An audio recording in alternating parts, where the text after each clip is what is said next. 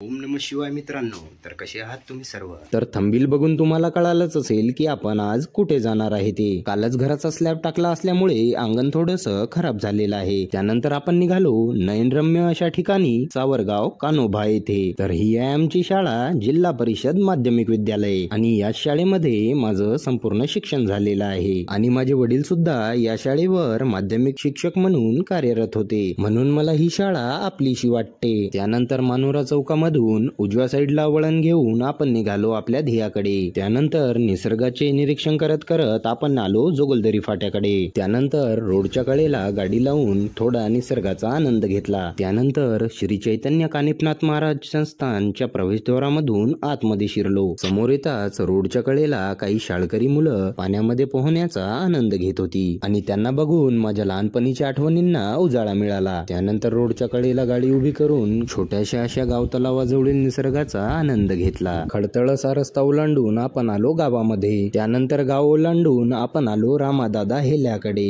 तर गोष्ट अशी आहे की रामादादा हेला त्या काळामध्ये साबळ्याच्या पखालीने वर गडावर लोकांसाठी पाणी नसताना तो वर पाणी घेऊन जात होता आणि गडावरील जात्याने तो धान्यही दळत होता, असे पंचकोशीतील लोक सांगतात. आणि हीच ती विहीर ज्यामधून तो पाणी गडावर घेऊन जात होता.